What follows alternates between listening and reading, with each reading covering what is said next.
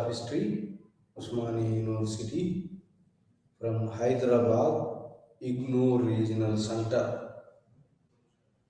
So today our topic is from DHI E 145 book లో నుంచి some aspects of European history అనేటువంటి బుక్లో నుంచి unit number 9 nationalism and nation emergence of nation states. Nationalism and emergence of nation states, ఇది ఈరోజు discuss చేయాల్సినటువంటి topic. Nationalism and the nation states. Nationalism,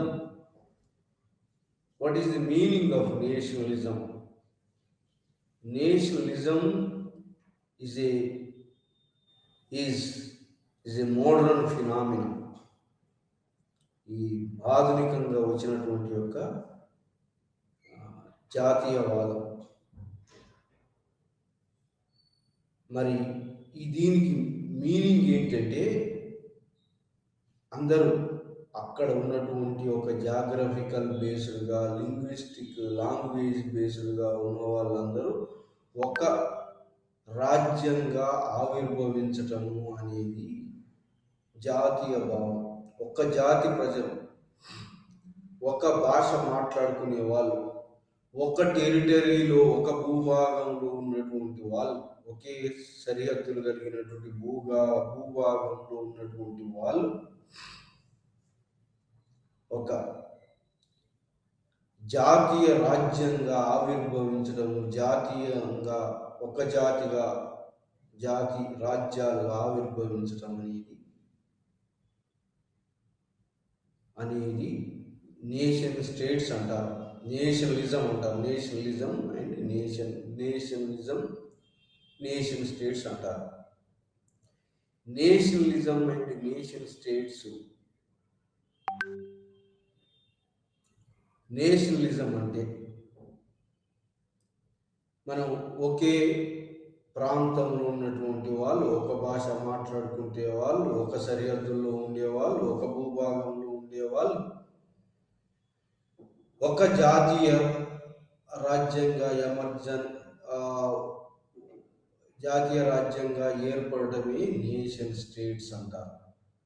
ఈ విధంగా నేషన్ స్టేట్స్ అనేవి 18వ శతాబ్దంలో, మరి 19, 20వ శతాబ్దంలో వచ్చినటువంటిది ఈ జాతీయ భావం, నేషనలిజం అనేది. అయితే 18వ శతాబ్దం కన్నా ముందు కూడా మరి జాతీయ భావం ఉన్నటువంటి యొక్క లాంగ్వేజ్తో ఐక్యంగా ఉన్నటువంటి వాళ్ళు కూడా కొన్ని యునైటెడ్గా ఫైట్ చేసినటువంటి వాళ్ళు ఏంటంటే, గ్రీక్ స్టేట్స్ ఉన్నాయి. ఏన్షియంట్ పీరియడ్లో గ్రీక్ స్టేట్స్ ఉన్నాయి. అంటే గ్రీక్ రాజ్యాలు పర్షియాతో యుద్ధం చేసినప్పుడు, పర్షియన్ స్టేట్స్ అంటే ఇరాన్ తోటి యుద్ధం, పర్షియన్ వార్స్ తోటి గ్రీక్ రాజ్యాలన్నీ, గ్రీక్ భాష మాట్లాడుకునే రాజ్యాలన్నీ ఐక్యంగా అయినాయి. ఏది పర్షియా తోటి యుద్ధం చేసినప్పుడు మాత్రమే ఐక్యంగా అయినాయి. ఆ తర్వాత మళ్ళా విడిపోయినాయి. అవి మళ్ళా ఇండిపెండెంట్గా ఒక రాజ్యం మీద దండయాత్ర, ఆ జాతీయ భావం అక్కడికి అయిపోయింది. అక్కడనే కాకుండా రోమ్లో లాటిన్ భాష మాట్లాడుకునే వాళ్ళు కూడా ఐక్యంగా ఉన్నారు. ఐక్యంగా ఉండి మిగతా వాళ్ళ మీద ఐక్యమత్యం సంపాదించారు, మిగతా వాళ్ళ మీద విజయాలు సంపాదించారు. కానీ మళ్ళా అవి పరస్పరం పోట్లాడుకొని వీక్ అయింది. ఆ తర్వాత అలెగ్జాండర్ ది గ్రేట్ వచ్చి అవన్నిటిని యూనిఫై చేసి ఒక దగ్గరికి రోమన్ ఎంపైర్ను, రోమన్ సామ్రాజ్యాన్ని సృష్టించాడు అలెగ్జాండర్ ది గ్రేట్ రాజరికం. మొట్టమొదటిలో ఇక్కడ కూడా ఏథెన్స్ డెమోక్రసీ ఉండే గ్రీక్ రాజ్యాలలో, అవన్నీ ఏథెన్స్ కింద యునైట్ అయ్యి పర్షియాతో యుద్ధం చేసినాయి. మరి అన్ని ఏదైతే ఉంది పర్షియాతో యుద్ధం చేసిన రోజులు ఐక్యంగా ఉన్నాయి. ఆ తర్వాత మళ్ళీ విడిపోయి ఎక్కడికక్కడికి ముక్కలైపోయింది గ్రీక్ సామ్రాజ్యం. ఆ తర్వాత రోమన్ సామ్రాజ్యం వచ్చింది. రోమన్ సామ్రాజ్యం కూడా రోమన్ నగరాలు ప్రజాస్వామ్యంగా ఎమర్జ్ అయినాయి. ఒకళ్ళొకడు యూనిటీ ఉండేది. మరి అది ఆ యూనిటీ నెమ్మదిగా తగ్గిపోతున్న సమయంలో అలెగ్జాండర్ ది గ్రేట్ వచ్చి మొత్తం రోమన్ రాజ్యాలన్నింటినీ రోమ్ నగరం క్యాపిటల్గా రోమన్ ఎంపైర్ను సృష్టించాడు. ఎంపైర్ని క్రియేట్ చేశాడు, అన్నిటి మీద జయించి. రోమన్ సామ్రాజ్యం ఏన్షియంట్ రోమన్ సామ్రాజ్యం. ఆ తర్వాత సామ్రాజ్యాలన్నీ పోయినాయి. ఆ తర్వాత మిడివల్ పీరియడ్లో వచ్చే వరకు మత యుద్ధాలు, క్రూసేడిక్ వార్స్ కోసం అని చెప్పి క్రిస్టియన్స్ అందరూ ఒకవైపు, ముస్లిమ్స్ అందరూ ఒకవైపు, మళ్ళీ ఒక యూనిటీ వచ్చింది. జాతుల మధ్యలో రిలీజియన్ బేస్ మీద యూనిటీ వచ్చింది. ముస్లింలందరూ కలిసి ఒకవైపు, క్రిస్టియన్ రాజ్యాలన్నీ కలిసి ఒకవైపు. మధ్యయుగంలో ఒక రిలీజియన్ బేస్డ్గా యుద్ధాలు జరిగినాయి. దాన్ని క్రూసేడిక్ వార్స్ అంటారు. అక్కడ ఐకమత్యం కనిపిస్తుంది. ఒక రిలీజన్ వాళ్ళంతా, క్రిస్టియానిటీ రిలీజన్ అంతా ఒకవైపు, ముస్లిం రిలీజన్ అంతా ఒకవైపు, ఒక యుద్ధాలు చేసినారు. ఆ విధంగా యూనిటీ, ఐక్యమత్యం, రిలీజియన్ బేస్ మీద ఐక్యమత్యం వచ్చింది. ఆ తర్వాత మళ్ళా ఎక్కడ కనిపిస్తుందంటే 18th సెంచరీలో ప్రీ నెపోలియన్ కన్నా ముందు, నెపోలియన్ ఫ్రెంచ్ రెవల్యూషన్ కన్నా ముందు కూడా ఐక్యమత్యం ఎక్కడ కనిపిస్తుందంటే ఇంగ్లాండ్ అండ్ ఫ్రాన్స్ మధ్యలో యుద్ధాలు. ఇంగ్లాండ్ ఫ్రాన్స్ మధ్యలో యుద్ధాలు జరిగినాయి. ఇంగ్లాండ్ ఫ్రాన్స్ మీద ఆధిపత్యం సాధించింది. ఇంగ్లాండ్ రాజే ఫ్రాన్స్ మీద రాజుగా మారాడు. అట్లాంటి టైంలో ఇది ఎప్పుడంటే 1314వ శతాబ్దంలో, 1350 ప్రాంతంలో ఇది జరిగినటువంటి, మరి 14వ శతాబ్దంలో ఇది ఇంగ్లాండ్ ఫ్రాన్స్ మధ్యలో యుద్ధాలు జరుగుతుండేది. ఫ్రాన్స్ను లోబర్చుకొని ఇంగ్లాండ్ పరిపాలన చేస్తుండేది. అట్లాంటి టైంలో ఫ్రాన్స్లో ఒక జాతీయ భావం ఆవిర్భవించి జోన్ ఆఫ్ ఆర్క్ అనే పిజెంట్ గర్ల్, అంటే రైతు కుటుంబం వచ్చినటువంటి ఒక జోన్ ఆఫ్ ఆర్క్ అనే ఆమె కొడవల్ని చేతబట్టి ఫ్రెంచ్ సైన్యాన్ని నడిపించి ఆమె వీరమరణం పొందింది. సో ఆ విధంగా ఫ్రెంచ్ సైన్యాలు ఈమె ఆధిపత్యంలో ఇంగ్లాండ్ సైన్యాలను ఓడించి ఫ్రాన్స్ స్వాతంత్రాన్ని నిలబెట్టుకోగలిగినాయి. అది అక్కడ ఈ రెండు మధ్యలో వచ్చినటువంటి యొక్క యుద్ధాల వల్ల వచ్చినటువంటి జాతీయ ఐక్యత, నేషనలిజం మళ్ళీ అక్కడ వచ్చింది. అంటే ఇంగ్లాండ్ నేషన్ అనేది ఫారిన్ నేషన్, వేరొక దేశం. ఆ వేరొక దేశం మీద ఫ్రెంచ్ ప్రజలు తిరుగుబాటు చేశారు.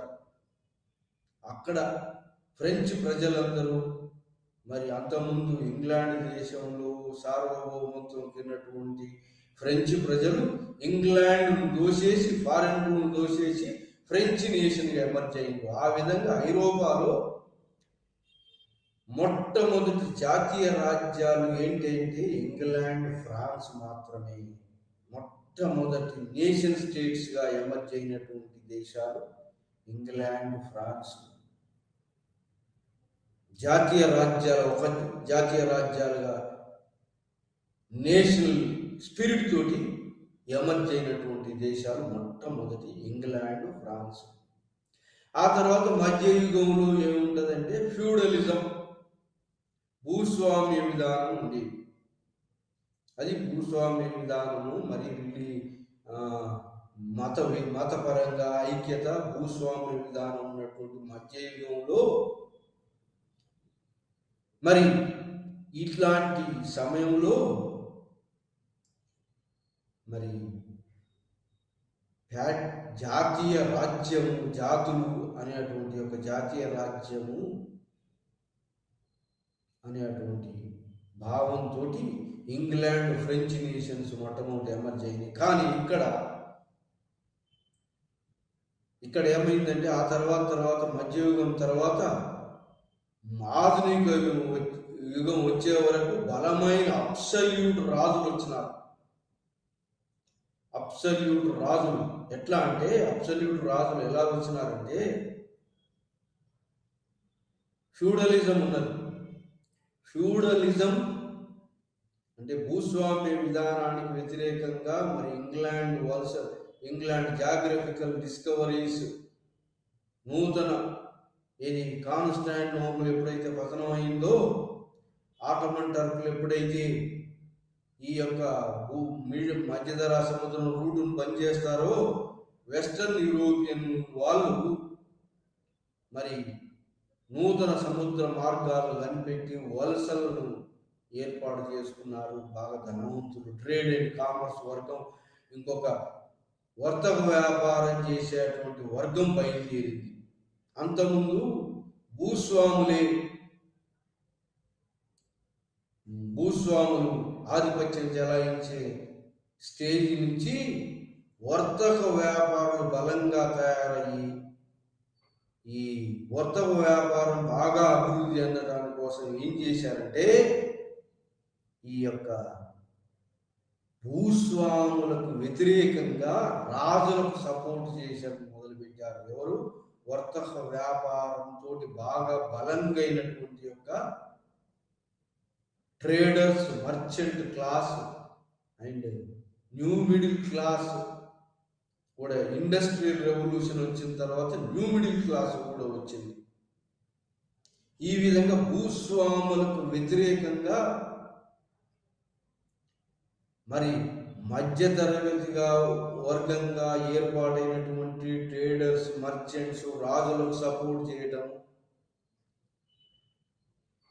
రాజులకు ఎప్పుడైతే వాళ్ళు సపోర్ట్ చేశారో ఫైనాన్షియల్గా, భూస్వాముల మీద ఆధారపడాల్సిన పని లేకుండా పోయి భూస్వాములను వాళ్ళ కోటలను అంతమొందించి మరి బలమైన రాజరికాలు వచ్చినాయి.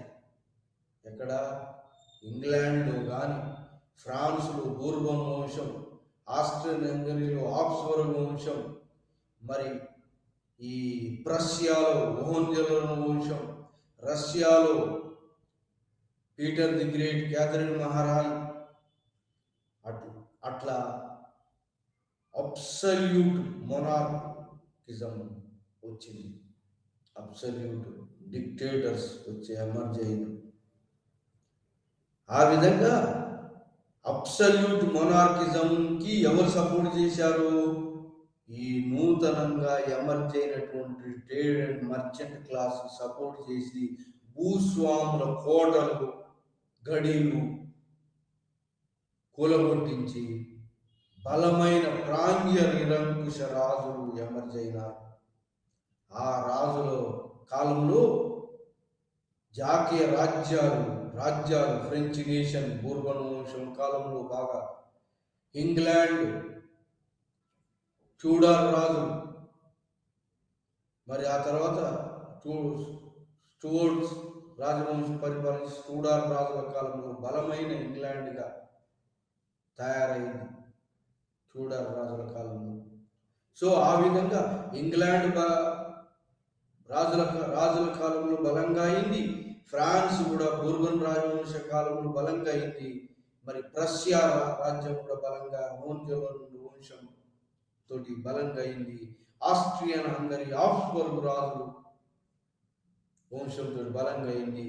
ఈ మళ్ళీ రష్యా కూడా పీటర్ మహారాజు, క్యాథరిన్ మహారాజు తోటి బాగా బలంగా అయింది. సో ఇట్లాంటి అబ్సల్యూట్ మొనార్కిజం వచ్చింది. అబ్సల్యూట్ మొనార్కిజం వచ్చి రాజులు బలంగా అయినరు, ఫ్యూడల్ ల్యాండ్ లార్డ్స్ భూస్వాములు అధోగతి పాలైనారు. క్యాపిటలిస్ట్ క్లాసు మర్చెంట్ క్లాసు బాగా స్ట్రాంగ్ అయింది. రాజులు సపోర్ట్ చేసినారు. ఎందుకంటే వాళ్ళ వర్తక వ్యాపారం బాగుండాలంటే రాజులకు సపోర్ట్ చేయాలి. ఆ విధంగా ఈ న్యూ మిడిల్ క్లాస్ ఏదైతే ఉందో trade and commerce and merchant class రాజులకు సపోర్ట్ చేసి ఫ్యూడలిజాన్ని అణిచివేసినారు. ఆ విధంగా మరి అబ్సల్యూట్ అంటే ప్రాంగ్య నిరంకుశ రాజులు బలమైన రాజరికాలు ఎమర్జైంది. బలమైన రాజరికాలు ఎమర్జై నేషన్ స్టేట్స్గా, అంటే ఫ్రెంచ్ వాళ్ళు బూర్బన్ రాజవంశం కింద, ఇంగ్లాండ్ వాళ్ళు ట్యూడర్ రాజుల కింద, ఓహన్జలోన్ వంశం కింద ప్రష్యా, మరి ఆబ్స్బర్గుల కింద జర్మనీ, ఆస్ట్రియన్ హంగరీ, ఆబ్స్బర్గుల కింద ఆస్ట్రియన్ హంగరీ బలంగా రాజ్యం. మరి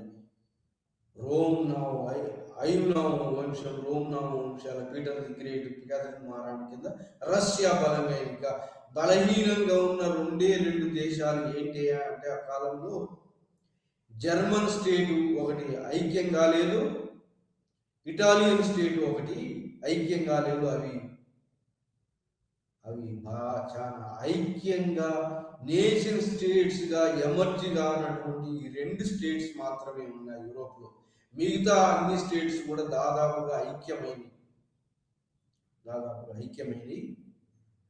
అయితే ఈ యొక్క ఐక్యత సాధించడానికి ఏంటి అంటే ప్యాట్రియాటిజం అంటే దేశం మీద భక్తి. ప్యాట్రియాటిజం తోటి అవి ఐక్యమైనవి ఆ దేశాలు. ఆ విధంగా అబ్సల్యూట్ మొనార్కిజం తోటి బాగా ఐక్యమైనటువంటి దేశాలు. మరి ఆ తర్వాత నెమ్మది అబ్సల్యూట్ మొనార్కిజం వచ్చిన తర్వాత ఏంటి అయ్యా వచ్చిందంటే ఇంగ్లాండ్ వాళ్ళు మరి అమెరికాకు వలసలు పోతారు. అప్పటికే వలసలు జాగ్రఫికల్ డిస్కవరీస్ ద్వారా కొత్త ప్రాంతాలను కనిపెట్టారని చెప్పాం. కొత్త ప్రాంతాలను ఎప్పుడైతే కనిపెట్టారో, కొత్త ప్రాంతాలను కనిపెట్టేటప్పటికి ఇంగ్లాండ్ ఆధిక్యంలో ఉంది, ఫ్రెంచ్ నేషన్ ఆధిక్యంలో ఉంది. తర్వాత అన్ని యూరోపియన్ దేశాలన్నింటినీ కూడా వలసలు కనిపెట్టి వలసలు యొక్క ధనంతో అవి బాగా బలంగా అయింది. ఈ దేశాలు పశ్చిమ ఐరోపా దేశాలకు చాలా బలంగా అయింది. ఇంకా అది కాకుండా ఇంకా ఏంటి అంటే వచ్చినటువంటిది ఏంటి అంటే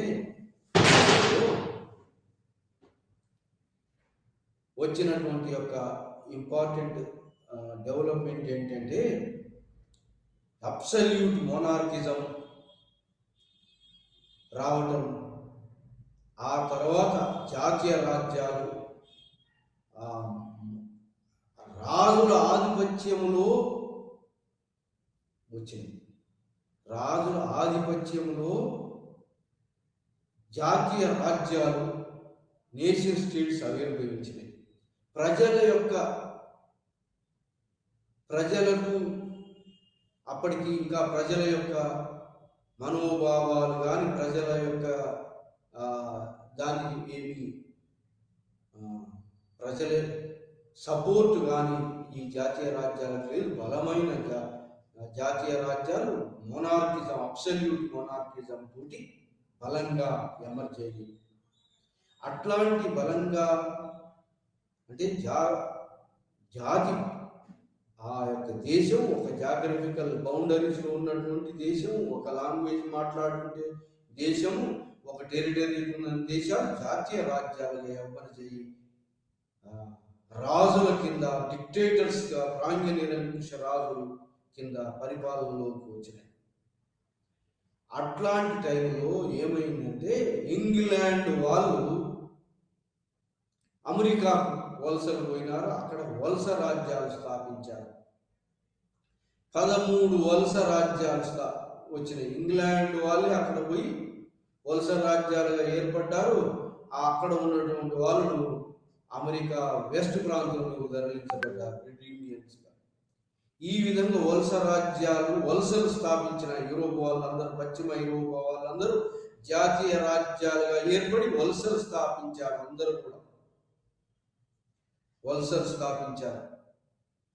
అట్లాంటి వలస దేశమైనటువంటి అమెరికన్ 13 కాలనీస్ ఏం చేసినాయంటే, అట్లనే ఈ వలస రాజ్యాలు ఎక్కడ పోర్చుగల్ సంపాదించింది, ఎక్కడ పోర్చుగల్ స్పెయిన్ లాటిన్ అమెరికాను సంపాదించింది, ఇంగ్లాండ్ ఇండియాను సంపాదించింది, ఇంకా ఫారెస్ట్ ఏషియాలో కూడా సంపాదించింది, ఇంకా ఎన్నో రాజ్యాలు ఫ్రెంచ్ కూడా వలసలు సంపాదించింది. ఆఫ్రికా మొత్తం ఈ యొక్క వీళ్ళు ఐరోపా వాళ్ళు డివైడ్ చేసుకున్నారు.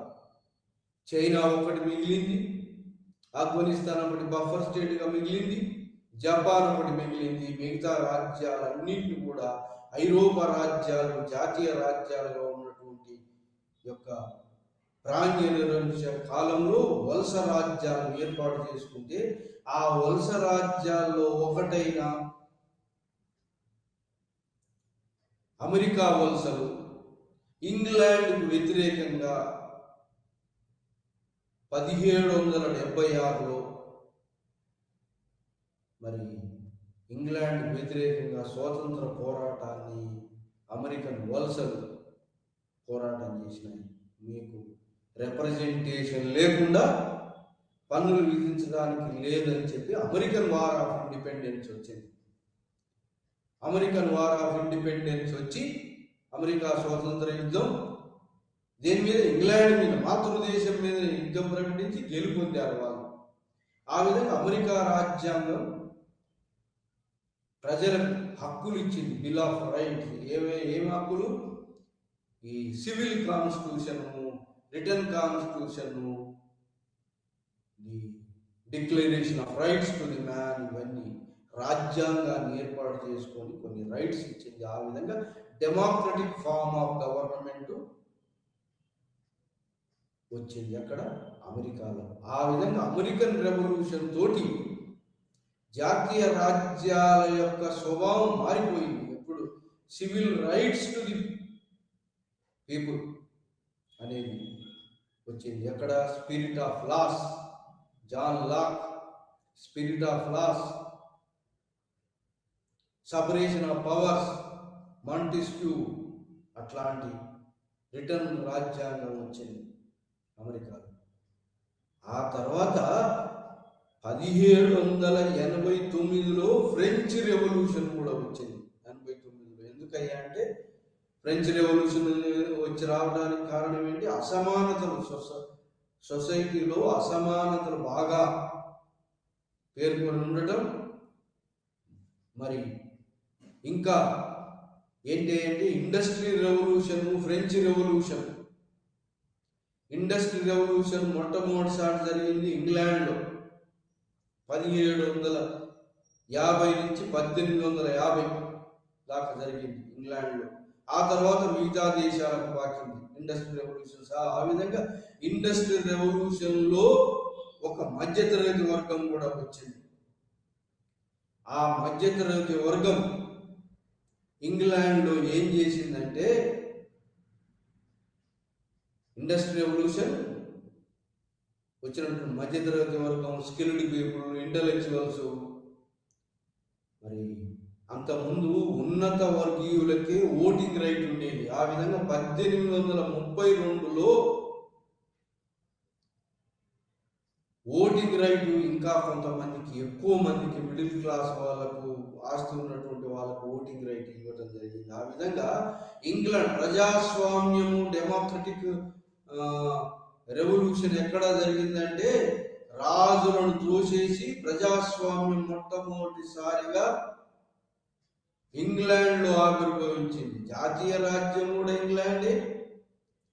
మరి జాతీయ రాజ్యం కూడా ఫ్రాన్స్ మొట్టమొదట ఇంగ్లాండ్, ఫ్రాన్స్ ఏం లీడ్ చేసినాయి. కానీ ఇంగ్లాండే అన్నిటికీ మూలం. ప్రజాస్వామ్యం కూడా ఇంగ్లాండ్లోనే ఆవిర్భవించింది. ఆ విధంగా 1832లో ఎక్కువ మందికి ఓటింగ్ రైట్ ఇవ్వడం జరిగింది ఇంగ్లాండ్లో.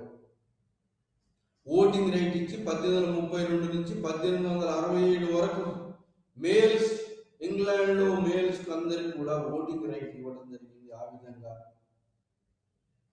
రాజు ఏది గ్లోరియస్ రెవల్యూషన్ తర్వాత మరి రాజును ఆర్లియన్స్ రాజు తీసుకొచ్చి పెట్టడం, యాక్ట్ ఆఫ్ సుప్రమసీ, పార్లమెంట్ రావటం, పార్లమెంటు యొక్క ఆధిపత్యం పెరగడం, ఆ తర్వాత 1832 1867 మధ్యలో ఎక్కువ మంది మేల్స్కు ఓటింగ్ రైట్ రావటము, ఇంగ్లాండ్లో పార్టీ సిస్టమ్ కూడా ఆవిర్భవించింది. ఏంటి? కన్జర్వేటివ్స్ అండ్ లిబరల్స్, డెమోక్రటిక్స్ అని పార్టీ సిస్టమ్ వచ్చి ఇంగ్లాండ్లో ప్రజాస్వామ్యం ఆవిర్భవించడానికి దారి తీసింది ఇంగ్లాండ్లో. ఆ విధంగా ఇంగ్లాండే అన్నిటికీ పునాది. నేషన్ స్టేట్స్ ఎమర్జీ కావడం, మరి పార్లమెంటరీ డెమోక్రసీ ఎమర్జీ కావడం, బలమైన రాజరికాలు ఉండటం, ఇవన్నీ కూడా ఇంగ్లాండే ప్రపంచంలో ఇంగ్లాండే అన్నిటికీ పునాది వేసింది దాదాపుగా. దాని తర్వాత పునాది వేసినటువంటిది ఏంటి అంటే ఫ్రెంచ్ నేషన్, ఫ్రెంచ్ రెవల్యూషన్ 1789లో ఫ్రెంచ్ రెవల్యూషన్ జరిగింది.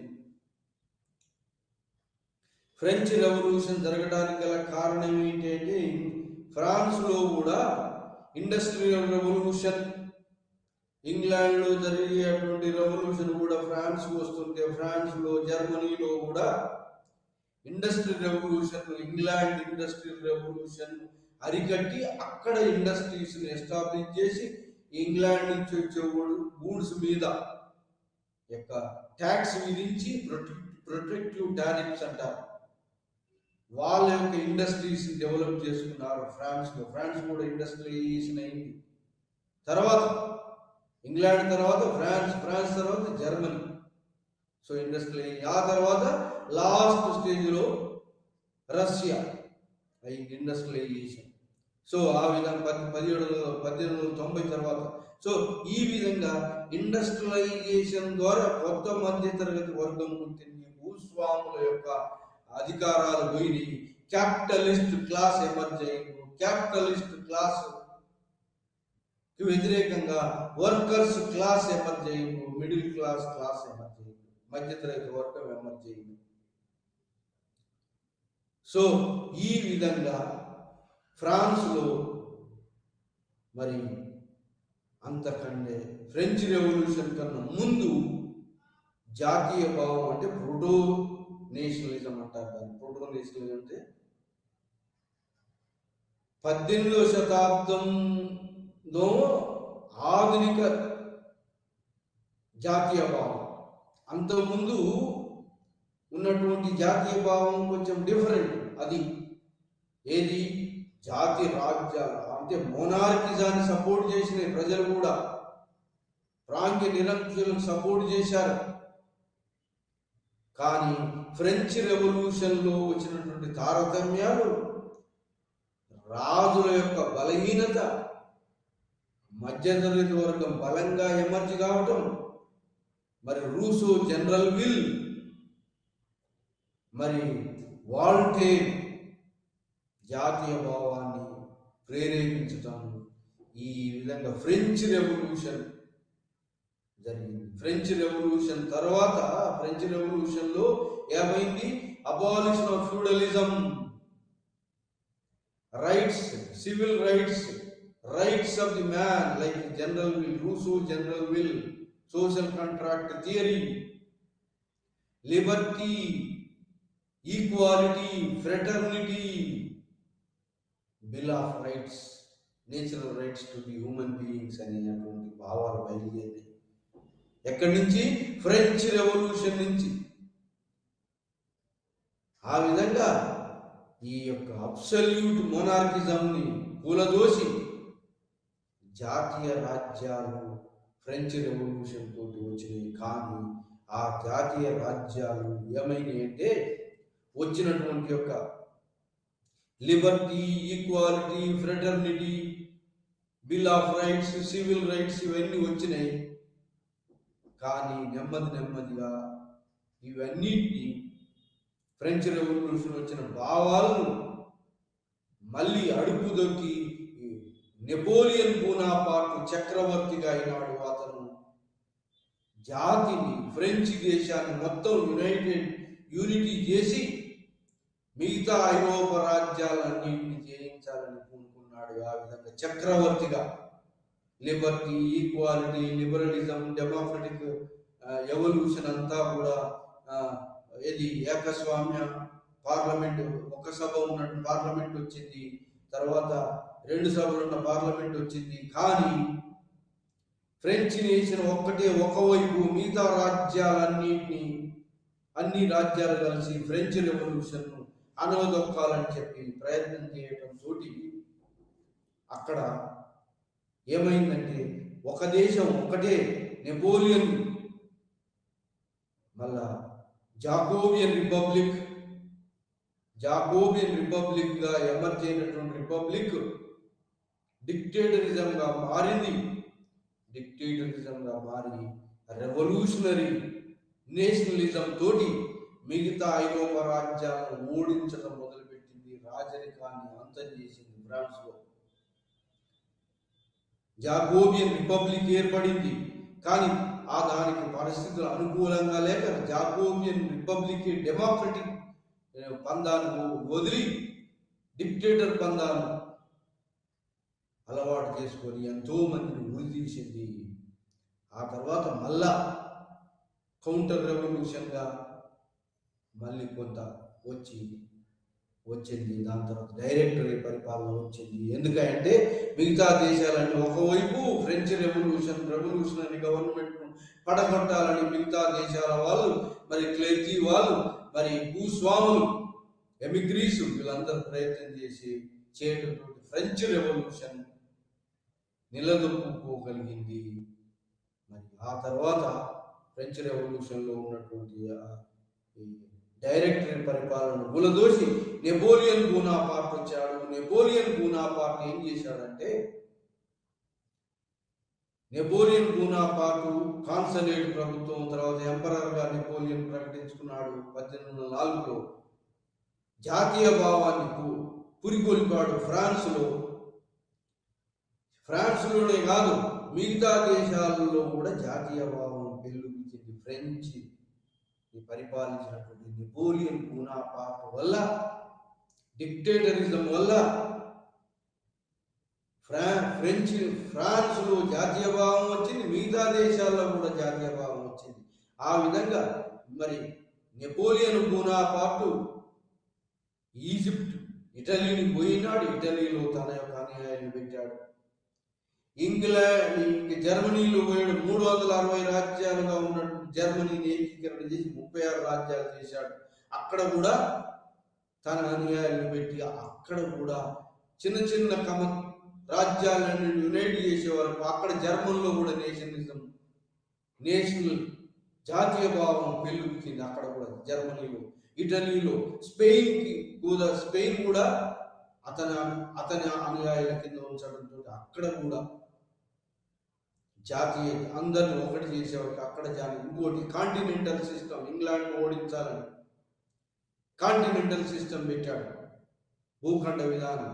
దానికి వ్యతిరేకించి ఇంగ్లాండ్ నుంచి ఎవరు సరుకులు కొనొద్దు అంటే అప్పటికే ఇంగ్లాండ్లో ఉన్నటువంటి ఇండస్ట్రియల్ రెవల్యూషన్, ఆ సరుకులు చాలా తక్కువ ధర రేట్లు రావడం, అన్ని దేశాలు కొనడం మొదలుపెట్టాయి.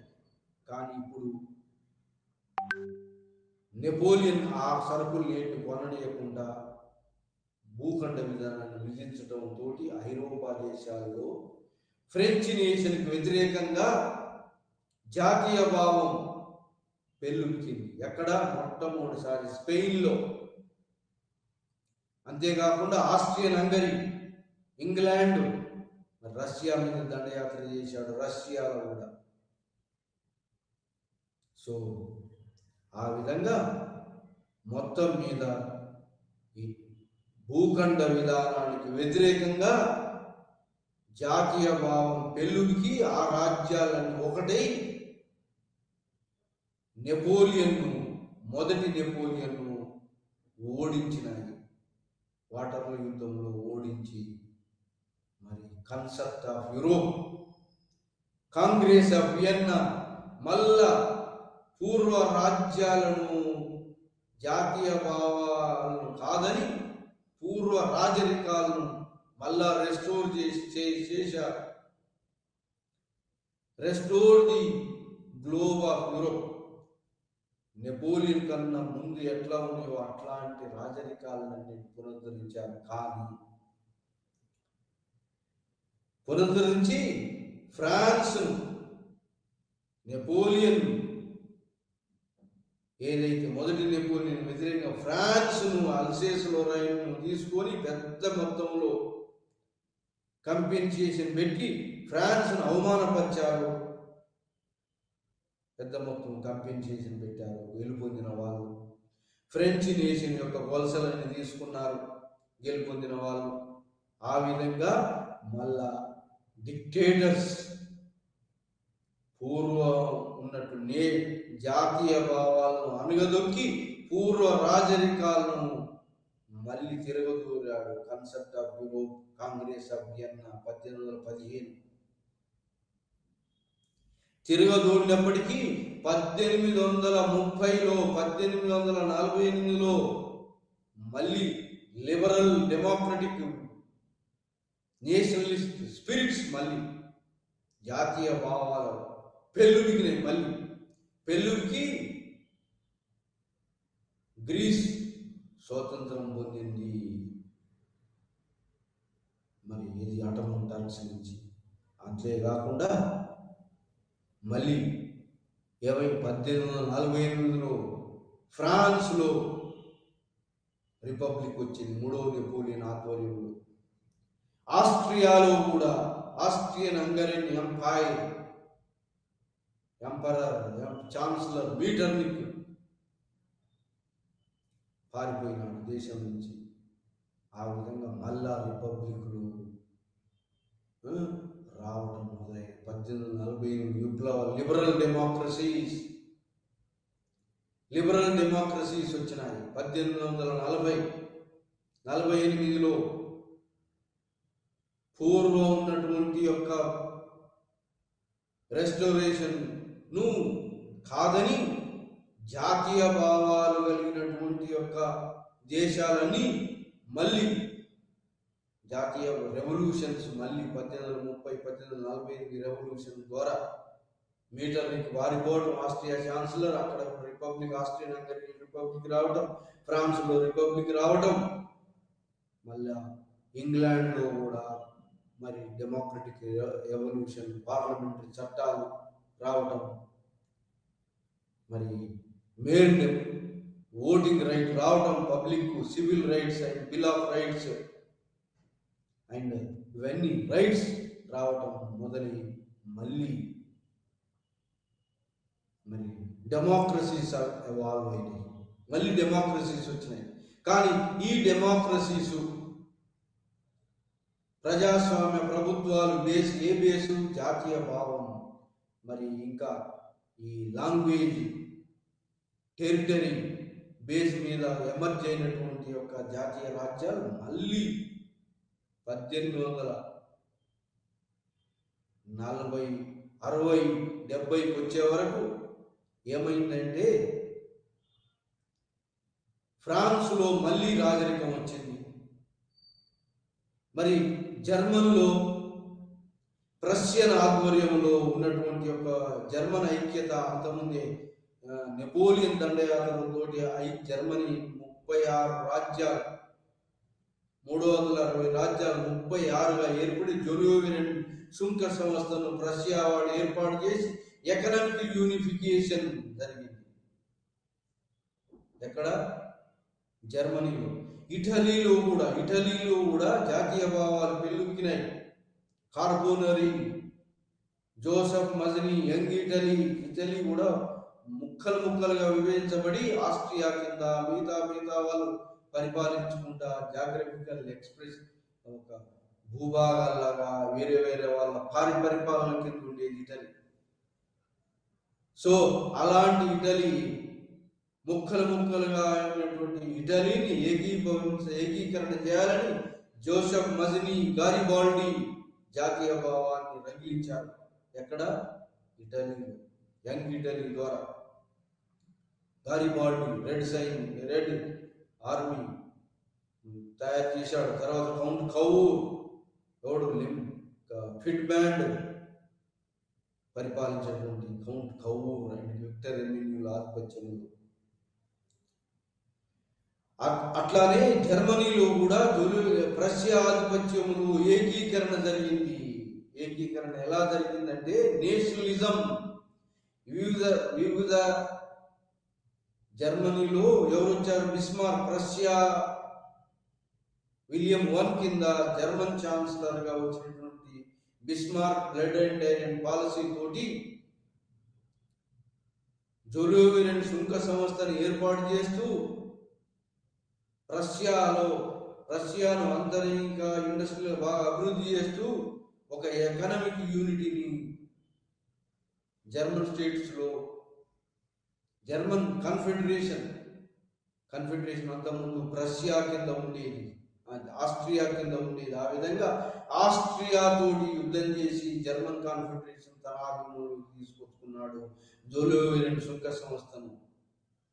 మరి ఆ విధంగా ప్రష్యా ఆధిపత్యంలో జోలోవెరెన్ సుంక సంస్థ, జర్మన్ కాన్ఫెడరేషన్, జాతీయ భావం, జర్మన్ లాంగ్వేజ్ మాట్లాడుకునేటువంటి వాళ్ళు అందరు ఏకమైనారు. ఎవరి కింద? ప్రష్యా కింద. అంటే చూడండి, లిబరల్ డెమోక్రటిక్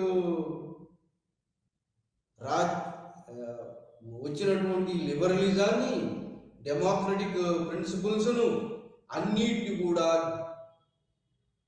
నేషనల్ యూనిటీ పేరు మీద దానికి సబార్డినేట్ చేసుకోగలిగింది ఎక్కడ? Germany nationalism, Italian nationalism. Italy unified కావాలి అనేటువంటి యొక్క డెమోక్రటిక్ ప్రిన్సిపల్స్ వదిలేసి మరి జాతీయ భావం, ఇటాలీ మొత్తం ఒకరి కింద యూనిటీ కావాలనేటువంటి ఉద్దేశంతో లిబరల్ డెమోక్రటిక్ ఐడియాలజీని వదిలిపెట్టి మరి మొనార్కీస్ను సపోర్ట్ చేస్తూ ఇటాలియన్ యూనిఫికేషన్, జర్మనీ యూనిఫికేషన్ సాధించినాయి. ఇది అంటే ఏంటి? ఈ డిక్టేటర్స్ కింద మళ్ళీ unification, German unification under Bismarck and William Kaiser, William I, William II కింద. అట్లనే ఇటలీలో కూడా మరి ఇటాలియన్ ఐక్యత కోసం అండ్ ఇంటర్నేషనల్ పాలసీ తోటి జర్మన్కు అంటే ప్రష్యాకు సపోర్ట్ చేస్తూ ఇటాలియన్ యూనిఫికేషన్ జరిగింది. ఆ విధంగా మధ్యతరగతి వర్గం పుట్టిందని చెప్పాము. ఈ మధ్యతరగతి వర్గమే ఇంగ్లాండ్లో పార్టీ సిస్టమ్ వచ్చింది. లిబరల్ పార్టీ, కన్జర్వేటివ్ పార్టీ, అల్టిమేట్గా వర్కర్స్, క్యాపిటలిస్టులు ఒక వర్గం, వర్కర్స్ ఒక వర్గం. మరి కార్ల్ మార్క్స్ రచించినటువంటి ఏంజల్స్, కార్ల్ మార్క్స్ తోటి వర్కర్స్ బాగా అధోగతి స్థితిలో ఉండటము, Karl Marx Communist Manifesto and Das Kapital రచించటము, ఇంగ్లాండ్లో వర్కర్స్ యూనిటీ ఎమర్జ్ అయింది. ఇంగ్లాండ్లో వర్కర్స్ యూనిటీ వర్కర్స్ యొక్క ఓటు కోసమని వర్కర్స్ ఓటింగ్ రైట్ కూడా ఇవ్వడం జరిగింది. సో ఆ విధంగా ఇంగ్లాండ్లో జాతీయ రాజ్యంగా ఎమర్జ్ అయిన ఇంగ్లాండ్లో democratic parliamentary form of governments వచ్చినాయి. ఇంగ్లాండ్లో ట్రేడ్ యూనియన్ కాంగ్రెస్ ఇవన్నీ రావడం, దాంతో వర్కర్స్ బలంగా రావటం, సోషలిస్ట్ ఐడియాలజీ ఇంగ్లాండ్లో వచ్చింది. మరి ఫ్రాన్స్లో కూడా సోషల్ డెమోక్రటిక్ పార్టీస్ వచ్చినాయి. కానీ అవన్నీ మూడో నెపోలియన్ మళ్ళీ చక్రవర్తి కావడం, సోషల్ డెమోక్రటిక్ ఇండస్ట్రీ రెవల్యూషన్లో వచ్చిన మధ్యతరగతి వర్గాలను అన్ని మరి వర్కర్స్ను అందరినీ కూడా, ఇండస్ట్రియల్ వర్కర్స్ అందరినీ కూడా మూడో నెపోలియన్ చక్రవర్తిగా వాళ్ళందరి సపోర్ట్ గ్యాదర్ చేసుకున్నాడు. చక్రవర్తిగా మూడో నెపోలియన్ ఫ్రాన్స్ మళ్ళీ గొప్ప దేశంగా నిర్మించాడు. కానీ జాతీయ రాజ్యాలుగా ఈ అంటే అన్ని రాజ్యాల వెనకకు వచ్చినటువంటి జాతీయ రాజ్యాలైనటువంటి యొక్క జర్మనీ ఆర్ ప్రషియా ఆధ్వర్యంలో జర్మనీ, ఫిడ్మాండ్ ఆధ్వర్యంలో ఇటలీ యూనిఫికేషన్ తోటి ఫ్రాంకో ప్రషన్ మొట్టమొదటిసారి ఆస్ట్రియా మీద యుద్ధం చేశాడు. ఎవడు? ప్రషియా వాడు. జర్మన్ స్టేట్స్ అందరి confederation of northern German states అంతా దాని కింద ఉండే ప్రషియా కింద జూలియస్ సంస్థ తోటి ఎకనామిక్ బాండ్ చేశాడు. తర్వాత నెమ్మదిగా ఆస్ట్రియా తోటి కొనుక్కున్నాడు యుద్ధాన్ని. సో ఆస్ట్రియాను ఓడించాడు. దేని మీద? లాంగ్వేజ్. ఇప్పుడు చూడండి, ఇంతకుముందు ఏముండేదంటే జాతీయ భావంతో ఒక నేషన్ ఒక ఐక్యమత్యం రావాలని రాజులను సపోర్ట్ చేశారు మొట్టమొదటిసారి. ఎవరు?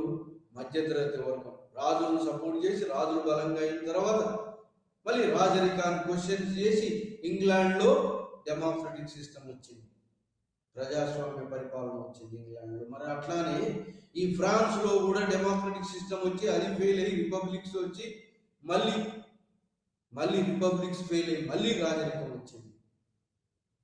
సో ఆ విధంగా మరి జర్మనీలో జాతీయ భావం తోటి ప్రష్యా ఈ డెమోక్రటిక్ ఐడియాలజీ ఈ యొక్క వీళ్ళందరూ కూడా మిడిల్ క్లాస్ వర్గాన్ని అందరినీ కూడా, మధ్యతరగతి వర్గాన్ని కూడా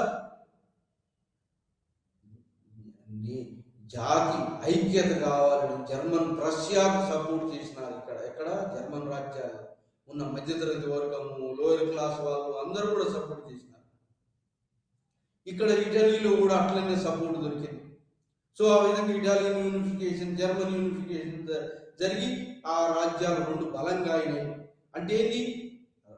మొనార్కిస్ కు సపోర్ట్ చేసి లిబరల్ ఐడియాలను వదిలిపెట్టి, సోషల్ డెమోక్రటిక్ ఐడియాలను వదిలిపెట్టి మరి జాతి ఏకీకరణ కోసం రాజరికాలను సపోర్ట్ చేసింది. అట్లనే ఫ్రాన్స్లో కూడా రాజరికాన్ని సపోర్ట్ చేసి మూడో నెపోలియన్ మళ్ళీ చక్రవర్తి అయినాడు. కానీ ఫ్రాంకో ప్రషియన్ వార్ ఆస్ట్రియాను ఓడించిన తర్వాత జర్మన్ యూనిఫికేషన్ చేసేటప్పుడు ఇటాలియన్ యూనిఫికేషన్ ఇద్దరు మిత్రులు, ఎవరు? కౌంట్ కావూర్ అండ్ విక్టర్ ఎమిన్యూల్, మరి జర్మన్ ఛాన్సలర్ బిస్మార్క్, మరి విలియం, వీళ్ళందరూ జర్మనీ వాడు ఇటలీ వాడు మిత్రులు. ఈ విధంగా మిత్ర దేశాలు మరి ఆస్ట్రియాను ఓడించినాయి, ఫ్రాన్స్ను ఓడించి ఈ రెండు జాతీయ రాజ్యాలుగా ఎమర్జెంట్. ఆ విధంగా ఆస్ట్రియా బలహీనపడింది. తన యొక్క ఆధిపత్యం ఇటాలియన్ భూభాగం, లంబార్డీ, వెనీషియాలో మరి జర్మన్ కాన్ఫెడరేషన్ మీద కూడా వదిలిపోవాల్సి వచ్చింది. ఆ విధంగా ఆబ్స్బర్గ్ డైనాసిటీ కింద ఆస్ట్రియన్ హంగరీ ఎంపైర్ బాగా బలహీనమైంది. మరి ఫ్రాన్స్ మూడో నెపోలియన్ ఆధిపత్యంలో ఉన్నత స్థితి చేరినటువంటి ఫ్రాన్స్ కూడా ఫ్రాంకో ప్రషియన్ వార్లో ఓడిపోయి అది బలహీనమై మళ్ళీ డెమోక్రటిక్ రాజ్యం వచ్చింది. అక్కడ ఫ్రాన్స్లో మళ్ళీ 1871 తర్వాత మళ్ళీ రిపబ్లికన్ రాజ్యం వచ్చింది. కానీ అల్సేస్ లొరైన్ వదులుకోవాల్సి వచ్చింది. పెద్ద కంపెన్సేషన్ జర్మనీకి ఇవ్వాల్సి వచ్చింది. ఆ విధంగా ఫ్రెంచ్ నేషన్ను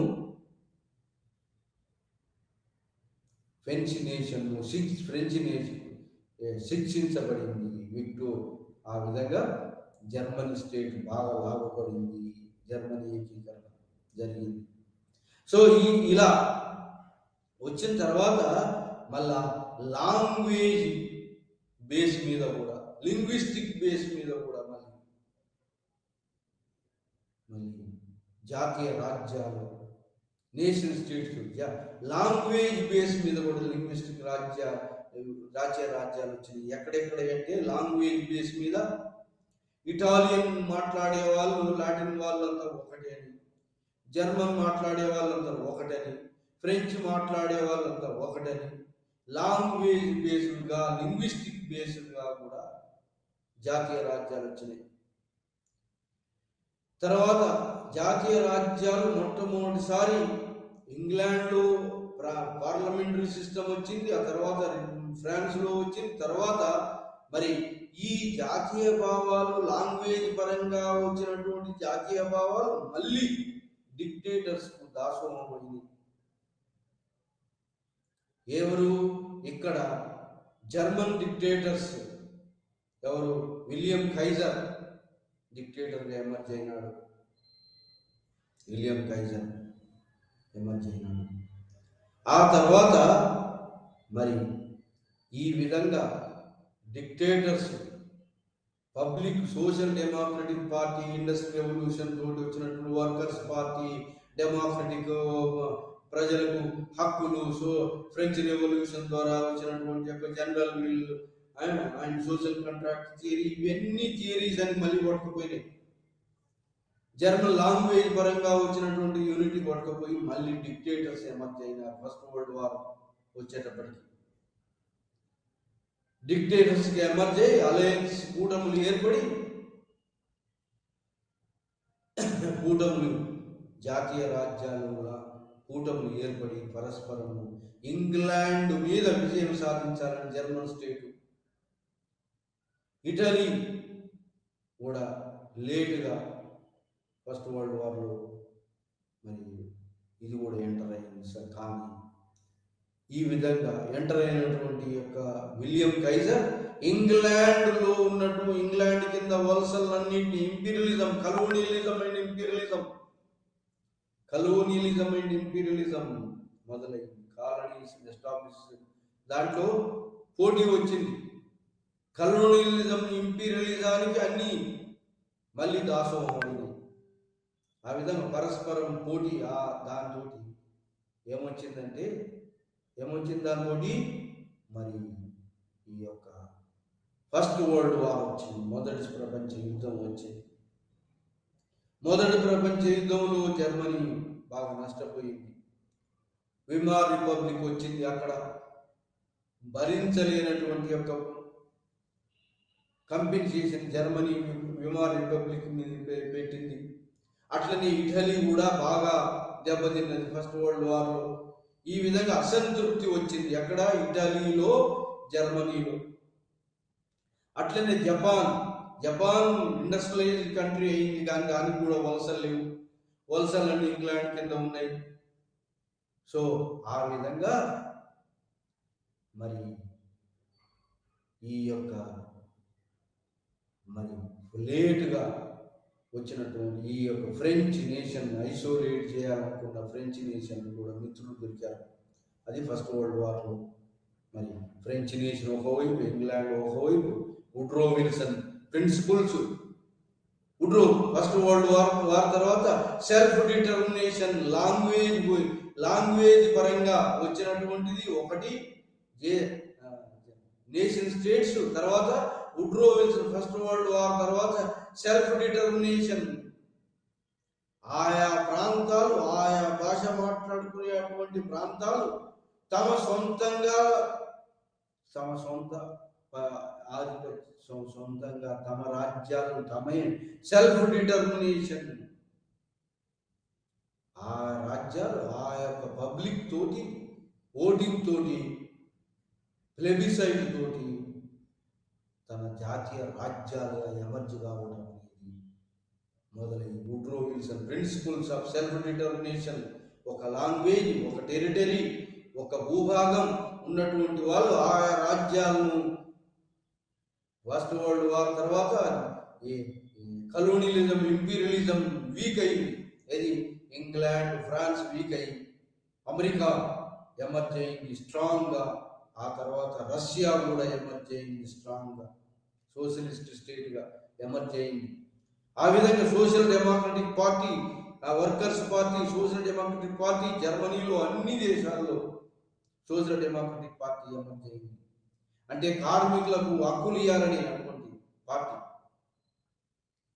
అట్లాంటి జర్మనీలో కూడా సోషల్ డెమోక్రటిక్ పార్టీ చాలా బలంగా అయింది. అయినప్పటికీ కూడా ఆ పార్టీ విలియం కైజర్కి సపోర్ట్ చేసింది. ఎందుకయ్యా అంటే social democratic party communism, nationalism అంతా జాతిపరంగా ఉండాలనేటువంటి యొక్క సోషల్ డెమోక్రటిక్ పార్టీ జర్మనీలో విలియం కైజర్కి సపోర్ట్ చేసి యుద్ధానికి దారితీసింది. సో మరి అలా ఈ సోషల్ డెమోక్రటిక్ పార్టీ రష్యాలో లెనిన్ ఆధ్వర్యంలో కమ్యూనిస్టు రాజ్యాన్ని స్థాపించగలిగింది. కమ్యూనిస్టు రష్యా ఏర్పడింది, వర్కర్స్ గవర్నమెంట్ ఏర్పడింది. ఆ విధంగా మరి అంతటా కూడా ఏమొచ్చినాయి? డిక్టేటరిజం పోయి డెమోక్రటిక్ కంట్రీస్ వచ్చినాయి, జాతీయ రాజ్యాలు వచ్చినాయి. లింగ్విస్టిక్ బేస్ మీద, టెరిటరీ బేస్ మీద మరి మరి బలమైన రాజ్యాలు జాతీయ భావాన్ని ప్రజల యొక్క మనోభావాలు, లిబరల్ డెమోక్రటిక్స్ అందరినీ కూడా మొనార్కీస్ కింద లేదా డిక్టేటర్ ఇంకెక్కడ జర్మనీలో ఫ్యాసిస్ట్, నాజిస్ట్ హిట్లర్ రావడానికి తోడ్పడింది. ఏది జాతీయ భావం అనేది హిట్లర్, నాజిస్ట్ అంటే డిక్టేటర్ సపోర్ట్ చేసింది. ఇటలీలో కూడా ఫ్యాసిస్ట్ డిక్టేటరిజం వచ్చింది. మరి రష్యాలో కమ్యూనిస్ట్ డిక్టేటరిజం వచ్చింది. ఆ విధంగా సోషలిస్ట్ రాజ్యాలు ఎమర్జయింది. డెమోక్రటిక్ రాజ్యాలు ఒకవైపు, సోషలిస్ట్ రాజ్యాలు ఒకవైపు వచ్చినాయి. అంతా ప్రభుత్వ ఆధిపత్యంలోని సోషలిస్ట్ ఐడియాలజీ ఎమర్జయింది. ఇలాంటి టైంలో మళ్ళా ఏమైందంటే అల్టిమేట్గా ఇవన్నీ డిక్టేటర్స్ అందరూ కూడా మళ్ళీ ఏంటి దారితీసిన సెకండ్ వరల్డ్ వార్ రెండవ ప్రపంచ యుద్ధానికి దారితీసినాయి. ఈ రెండవ ప్రపంచ యుద్ధం తర్వాత మళ్ళీ కల్చరల్ నేషనలిజం, లింగ్విస్టిక్ నేషనలిజం అని ఈస్టర్న్ యూరోప్లో ఆస్ట్రియన్ హంగరీన్ ఎంపైర్ కొలాప్స్ అయి చెకోస్లోవేకియా అండ్ హంగరీ ఏర్పాటు సపరేట్ నేషన్గా ఎమర్జీ. కల్చరల్ నేషనలిజం, ఒక లాంగ్వేజ్ మాట్లాడేటువంటి ఒక లింగ్విస్టిక్ కల్చరల్ నేషనలిజం చెకోస్లోవేకియా. అట్లనే యూగోస్లోవియా, హంగరీ సపరేట్ అయ్యింది. పోలాండ్ అంతకుముందు అన్ని రాజ్యాలు కలిపి డివైడ్ చేసుకుని ఆ పోలాండ్లో కూడా ఇండిపెండెంట్ పోలీస్ స్టేట్ ఎమర్జ్ అయింది మళ్ళీ.